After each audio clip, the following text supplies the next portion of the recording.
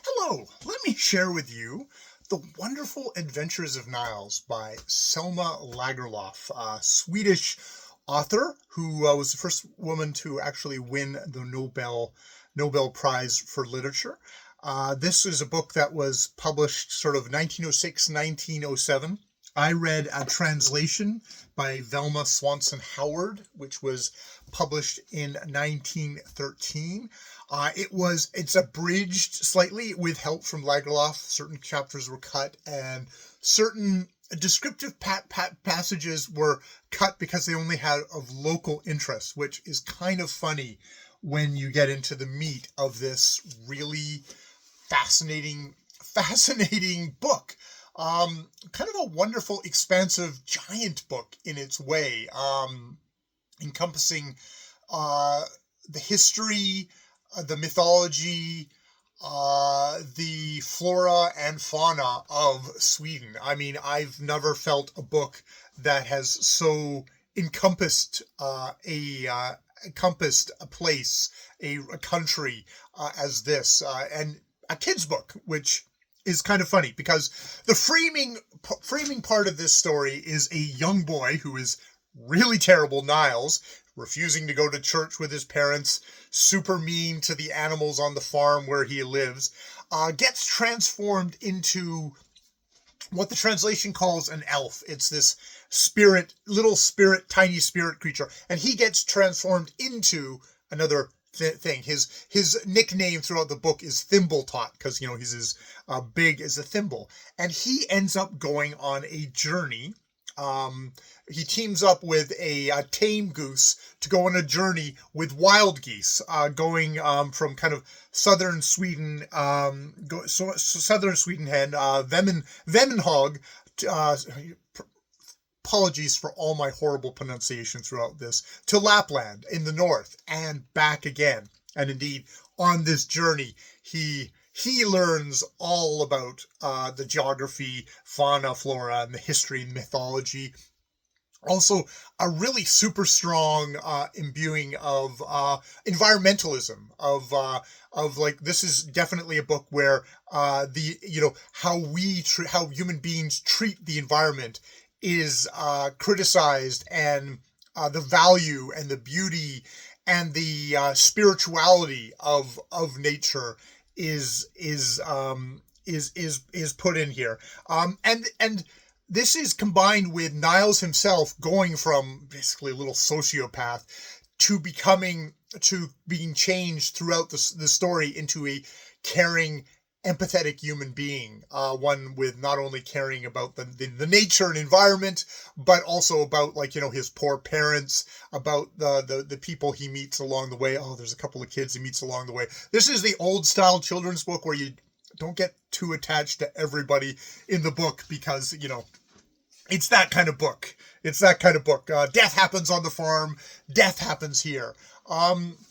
It is so crammed full of all of this kind of the history and geography that there's a certain point in the book where it's like, where did Niles go?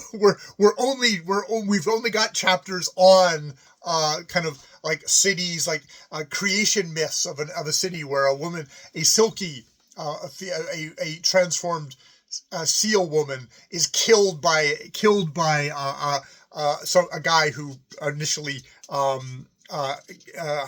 traps her out of her skin and marries her, and he's killed, but her blood flows into the waters around this area, and it becomes the origin point for where one of the great cities is built. I think it's Amsterdam. But there's just so much in this book. It is so beautifully told, and it is so expansive. It's one of these things of like, can books for little kids be literature? And it's like, well, this is kind of stretching that boundary of, is this for little kids? Is this for? It was commissioned, apparently. Lagerlof was commissioned to do this book by a teachers organization. And you think, oh, it's like, oh my God, in the hands of a lesser writer, this would be the kind of the gruel that they would force children to read. But instead, she's made, this is the only work that I've read of Lagerlof, and I think it's one of the ones, it's funny, one of those things of like, you have great writers, but they did one kids book, and that's the thing that lasts. That's the thing that sort of like continues on. And I can see why this does, even though it's very, obviously regionally specific. But there's it's just a wonderful book. I discovered this book because my wife bought a advent calendar, a picture advent calendar last year, and you would get clues by a picture, and you have to discover, okay, by that picture, what work is it? And it's kind of like a little quiz thing. And this is the one that I could not get. It was like, there's a little boy on top of a goose, or a bird. What the hell is that? And that's when I discovered I learned it was The Wndrfl Adventures of Niles, and it happened to coincide with, I'm doing this reading project, as I've said endlessly on this channel, where I'm reading stuff that's published between 1890 to 1910. So it was like, oh, okay, this is within that little arbitrary little picture frame that I've made for myself, and I'm going to look at stuff in this arbitrary picture frame, and I'm so glad I did, because this is just a delightful work, and a deep work. I read out a while ago a section of it, of the Great Crane Dance, and that was like an early section that's like really gets kind of the spirituality of nature, of the beauty, of the kind of transcendent kind of like, this is we are human beings, and we have a tendency to impose ourselves on everything in the world. And it's kind of, this is like, feels like a good reminder of like, no, we're just a part of this, and there's this entire planet is above us. We are just merely one part of it. And if we can get outside of ourselves and look, we can see that. And this book really kind of caught that for me. So yeah, that is The Wndrfl Adventures of Niles by Selmer Lagerlof. And I got this translation by Velma Swanson Howard off of Project Gutenberg, and I'll leave a link down below to it. It's a it felt like a girthy book. I read it out loud to myself.